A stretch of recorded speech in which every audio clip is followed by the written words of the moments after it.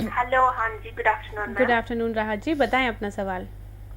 जी ma'am, actually मेरी marriage को अभी 15th मंथ चल रहा है, तो मैंने अभी तक कंसीव नहीं किया। जी। तो मैम प्लस मेरा जब मेरे पीरियड्स आने होते हैं तो बिफोर 10 डेज मुझे पेन स्टार्ट हो जाता है। मतलब मुझे 10 दिन पहले ही पता चल जाता है कि मैंने इस बारी भी कंसीव नहीं किया। तो जी। फिर मैंने काफी डॉक्टर से कंसल्ट किया, मतलब एक दो डॉक्टर से। एक तो मुझे जम्मू में ही एक डॉक्टर है, उनसे कंसल्ट किया, तो मेडिसिन वगैरह लिए, मेरा ट्यूब टेस्ट हुआ, मेरी फॉलिकुलर स्टडी हुई। तो देन मैं फॉलिकुलर स्टडी में मुझे एग में थोड़ी प्रॉब्लम होती थी। मतलब मेरा एग 10 mm लो ही होता था, एबो नहीं होता था। फिर मैंने उसके लिए इंजेक्शंस लिए, रैप्चर होने के लिए इंजेक्शन लिया, लेकिन नहीं हुआ। फिर मैं श्रीनगर में ही एक डॉक्टर के पास गई, तो उन्होंने भी मुझे मेडिसिन वगैरह दिए, तो लेकिन मैं अभी तक I am still empty handed. जी। आपके हस्बैंड के कुछ टेस्ट हुए हैं? हाँ जी मैम, उनका भी एब्सोल्युटली ओके है। और आपकी ट्यूब्स बिल्कुल ठीक है? हाँ जी मैम, मेरा अब मैम मुझे एक डॉक्टर कह रहे हैं कि आपका लेप्रो होगा। तो फिर मैम आप मुझे सजेस्ट कीजिए कि मुझे क्या करना चाहिए, क्योंकि मेरा ट्यूब टेस्ट क्लियर है, मेरे सारे थायराइड, शुगर वगैरह एवरीथिंग इज नॉर्मल। तो फिर मुझे एक डॉक्टर ने कहा कि आप लेप्रो करा लो। तो लेप्रो में क्या मैम, मुझे समझ नहीं आता है कि देखिए, जब आपके सारे टेस्ट नॉर्मल आते हैं कि आपकी ट्यूब्स खुली हुई हैं, हस्बैंड का सीमन नॉर्मल है, और अगर अब आपका एग भी बन पा रहा है दवाइयाँ लेकर, तो कुछ छोटे डिफेक्ट्स होते हैं जो कि नॉर्मल टेस्ट से डिटेक्ट नहीं हो पाते हैं। तो उन टेस्ट के लिए हमको लैप्रोस्कोपी करने की ज़रूरत पड़ती है, जिसको आम भाषा में दूरबीन की जांच बोली जाती है। उससे अगर ट्यूब में कोई फंक्शन में डिफ़ेक्ट है तो वो आप पिकअप कर सकते हैं।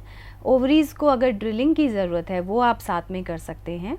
कभी ऐसा होता है कि ट्यूब्स में कुछ एडिशंस बने होते हैं कि वो आसपास के स्ट्रक्चर से चिपक गई होती हैं, फाइन एडिशन से। वो आप किसी और तरीके से पता नहीं लगा सकते, ना अल्ट्रासाउंड से, ना ही एचएसजी से।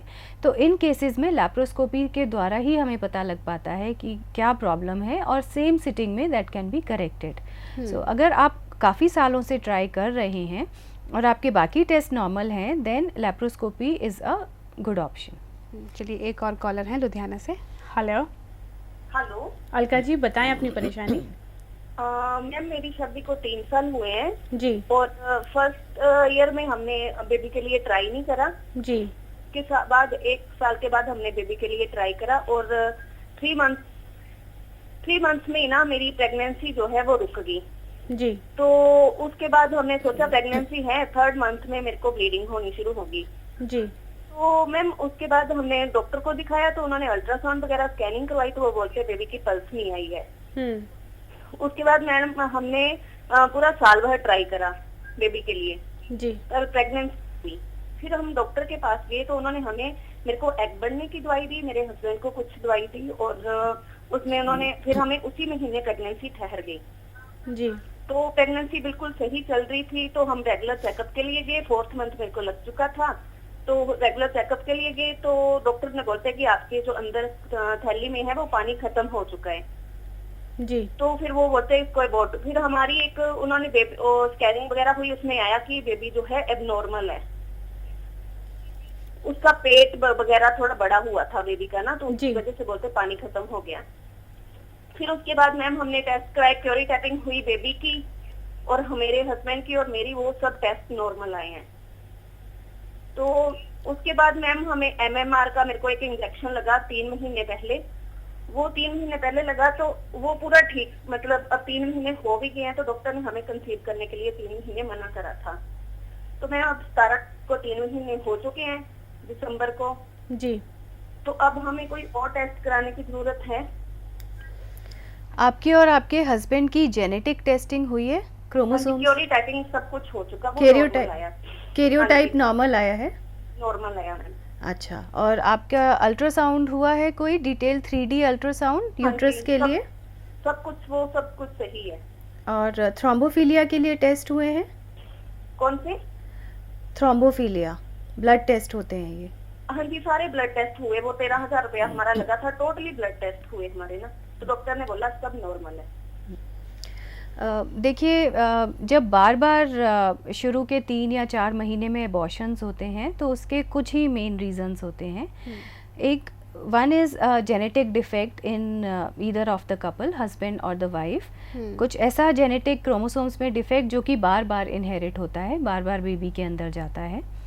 The other reason can be some abnormality in the uterus, जैसे कि सेप्टम है या फिर पॉलिप है या फिर यूट्रस में कोई बाइकॉर्नुएट यूट्रस है। ये रीज़न्स होते हैं जो कि हम 3D अल्ट्रासाउंड पे पिकअप कर सकते हैं या फिर हिस्ट्रोस्कोपी पे हम पिकअप कर सकते हैं। और जो रीज़न होता है जो कि कॉमनली इग्नोर हो जाता है वो है थ्रोम्बोफीलिया। थ्रोम्बोफीलिया ब्लड में कुछ प्रॉब्लम होती है जिसकी वजह से प्लासेंटा के अंदर छोटे छोटे क्लॉट्स बन जाते हैं, तो बेबी को एडिक्वेट ब्लड सप्लाई नहीं जा पाती है। इसीलिए बेबी में हार्ट बीट नहीं आती, हार्ट बीट आ जाती है तो कुछ दिनों बाद आकर चली जाती है या जल्दी एबॉर्शन हो जाता है।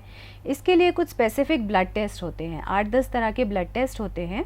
और अगर थ्रोम्बोफीलिया है तो कुछ इंजेक्शंस और टैबलेट्स के द्वारा हम उसको करेक्ट कर सकते हैं और हम प्रेगनेंसी को टर्म तक ले जा सकते हैं।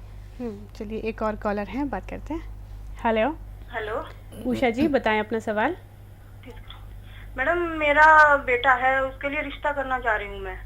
तो उस बेटे का ब्लड ग्रुप पॉजिटिव और बहू का ग्रुप होता है ओ पॉजिटिव।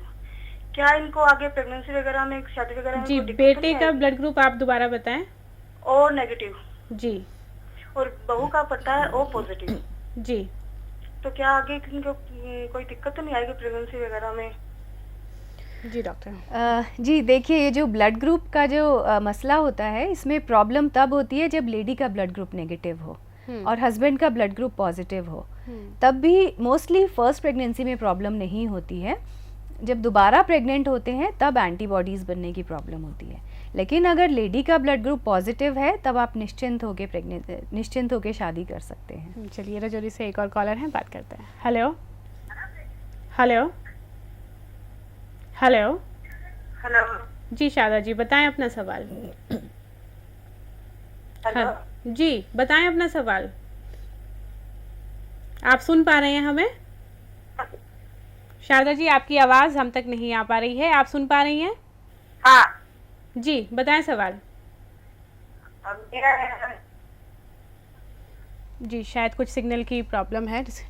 डॉक्टर, हम बात कर रहे थे आईवीएफ की। एक और सवाल यहाँ पर कि क्या इसमें कुछ ऐसा भी प्रोसीजर है कि आप ये डिसाइड कर सकते हैं या बता सकते हैं अपने पेशेंट को कि जो बेबी है वो बेबी बॉय होगा या बेबी गर्ल होगा? देखिए, ये बहुत ही कॉमन रिक्वेस्ट है जो कि हमारे पेशेंट्स हमें करते हैं कि आप लड़का करवा दीजिए या लड़की करवा दीजिए। ये बात मैं बहुत क्लियरली बताना चाहूँगी कि आईवीएफ के ट्रीटमेंट में सेक्स सिलेक्शन का कोई भी स्कोप नहीं होता है। There is no option for a sex selection. ये सिर्फ चांस की बात है कि आपका बेटा कंसीव होता है या बेटी कंसीव होती है।